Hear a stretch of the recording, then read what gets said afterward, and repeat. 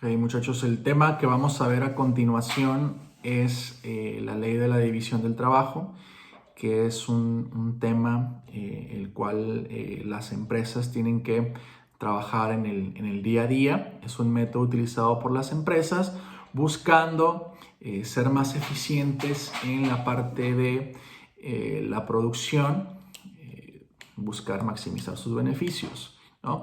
¿De qué se trata esto, la división del trabajo? Pues no es más que buscar esa especialización o esa ventaja comparativa que pueden tener los trabajadores, los cuales pues se trata de que cada uno de ellos se enfoque en esa parte en la cual tienen mayor ventaja comparativa, ¿no? Por ahí Adam Smith en su obra La riqueza de las naciones pues nos plantea este tema en un inicio, en la cual él pone de ejemplo pues, una fábrica de alfileres, en la cual en un principio nos habla de cómo se realizan estos alfileres de manera artesanal, es decir, hay una persona, un artesano, el cual se encarga de hacer todo el proceso del alfiler, ya sea la cuestión de el afilado del alambre, cortarlo, etcétera, ¿no? Ensamblarlo, etcétera. Sin embargo, nos habla de que pues al final de la jornada este artesano pues tenía una producción total de 4 alfileres, ¿no? Y después nos habla de cómo es que posteriormente ya tenemos estas fábricas modernizadas, bueno, igual estamos hablando por ahí de los 70s, en la cual él ya plantea pues, una fábrica en la cual ya tenemos operadores, ¿no? El producto final pues sigue siendo el mismo, la parte de la producción de un alfiler. Estamos hablando de que en este ejemplo él plantea un total de trabajadores de 200 operadores, los cuales pues cada uno se va a enfocar a cada parte del proceso del alfiler, ¿no? Desde la cuestión del alambre, cortarlo, afilarlo, etcétera, ¿no? Cada quien se va a especializar en una parte del proceso. Entonces nos plantea que pues el total de producción al final de la jornada es igual a 8,000 alfileres, ¿no? Es decir, si hacemos el análisis en cuestión de cuántos alfileres, al final de cuentas, en promedio se produce por cada uno de los trabajadores, estamos hablando que en promedio por trabajador estaríamos teniendo alrededor de 40 alfileres, ¿no? Esa sería la producción promedio por cada uno de los operadores. Y si lo comparamos con el artesano, ¿no? Que solamente produce 4, pues estamos hablando de un incremento de 10 veces más en nuestra producción, ¿no? Entonces, esto se debe a esta especialización, a esta división del trabajo que hace que trabajemos de manera más eficiente y podamos incrementar nuestra producción, ¿no? Por ahí también vamos a analizar este tema desde el punto de vista de David Ricardo, ¿no? Otro economista, en la cual él nos habla de la ley de asociación, que plantea lo siguiente, ¿no? Que los países al final de cuentas salen beneficiados si se especializan en lo que tienen mayor ventaja comparativa, ¿no? Y al final de cuentas pues empezamos a realizar este intercambio. O sea, ya empieza a hablarnos un poquito del comercio, ¿no? De la parte de la exportación, importación, etcétera, ¿no? Entonces, ¿qué es lo que propone? Pues habla de una especialización.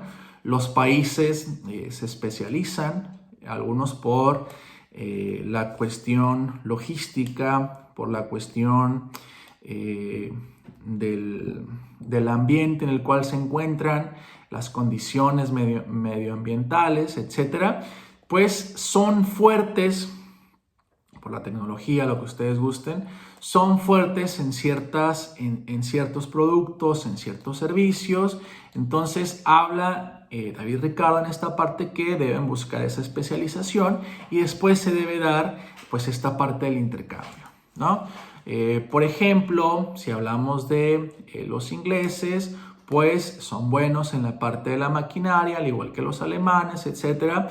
A lo mejor los españoles en la cuestión del vino, a lo mejor los mexicanos en la cuestión del tequila y a lo mejor en la parte de Suiza pueden ser los relojes, ¿no? Entonces cada país tiene su especialización y la idea es de que se dé este intercambio. Es decir, independientemente de que haya países que tengan la oportunidad de producir todo lo que necesiten, también Ricardo plantea esa necesidad del intercambio basándose en que los países, independientemente de que puedan producir de todo tipo de cosas, deben de enfocarse en lo que son mejores, en lo que tienen mayor ventaja comparativa, ¿no? Ya poniéndoles ejemplos a lo mejor más digeribles o más en particular, ¿no? Puede ser el ejemplo de un cirujano, ¿no? El cual, vamos a poner el ejemplo de un neurocirujano, el cual es posible que se especialice en otras cuestiones, ¿no? Ya sea en la parte de la anestesia, en la parte de preparar los quirófanos, el esterilizado, etcétera, ¿no? Los diferentes procesos, no soy tan especialista en ese tema, pero la idea de todo esto es de que al final de cuentas él no puede hacer todas las funciones, ¿no? A lo mejor se necesita hacer una operación, entonces él no tiene la facultad como para realizar todas las funciones. Entonces tiene que ver en cuál es su ventaja comparativa o en cuál de esos procesos tiene mayor ventaja comparativa, que probablemente pues sea en la parte de cirujano, ¿no? De que finalmente él sea el que se encargue de realizar la operación y al final de cuentas pues coordinar todo el proceso, ¿no? Entonces eso es lo que se plantea, ¿no? Buscar esa especialización y enfocarnos a esa parte, ¿no? Otro de los ejemplos en particular, les podría poner alguno en la parte de los deportes. En lo personal me gustan mucho los deportes, me gusta mucho el fútbol, el básquetbol, etc. Entonces les podría poner un ejemplo ya de antaño, por ahí me tocó Jorge Campos, ¿no? Él era portero, era uno de los mejores porteros en su momento y pues resulta que él tenía entre sus funciones o habilidades, pues aparte de portero, pues también era delantero, ¿no? Entonces, pero finalmente, pues tuvo que decidirse o tuvo que optar, al igual que los diferentes equipos en los cuales participó, pues decidir en qué posición era en la que más se especializaba y más ventaja comparativa tenía, que en este caso pues era la portería, ¿no? Entonces, en ocasiones sí lo sacaban de vez en cuando en partidos fáciles a ponerlo delantero, ¿no? Pero al final de cuentas, donde destacó y donde fue bueno, pues fue en la portería, ¿no? Otro caso en particular que les puedo poner es el caso de los pitchers, ¿no? En el béisbol. Sabemos que los pitchers, pues es una posición importante, fundamental en un equipo de béisbol. Y sabemos que normalmente estos jugadores, pues su participación es cada 3, cada 4 o una vez por semana, ¿no? Por la cuestión de que pues el brazo se les cansa, entonces hay que darle su tiempo de reposo, ¿no? Se diera el caso, a lo mejor de un pitcher que también tenga la habilidad de batear, que sea un buen bateador, un jonronero, ¿no? Pues se tiene que tomar la decisión finalmente de cuál es o en cuál de las posiciones pues tiene mayor ventaja comparativa, ¿no? Pues imagínense, ¿no? Estamos hablando de que los deportistas hoy en día pues ganan millones, ¿no? Valen muchísimo. Es un mercado que genera muchísimas ganancias. Entonces, en el caso de un pitcher, pues imagínense, ¿no? Que en ocasiones jugara de pitcher, el resto de los días lo pusieran a batear, etcétera, pues se corre el riesgo a lo mejor de una lesión.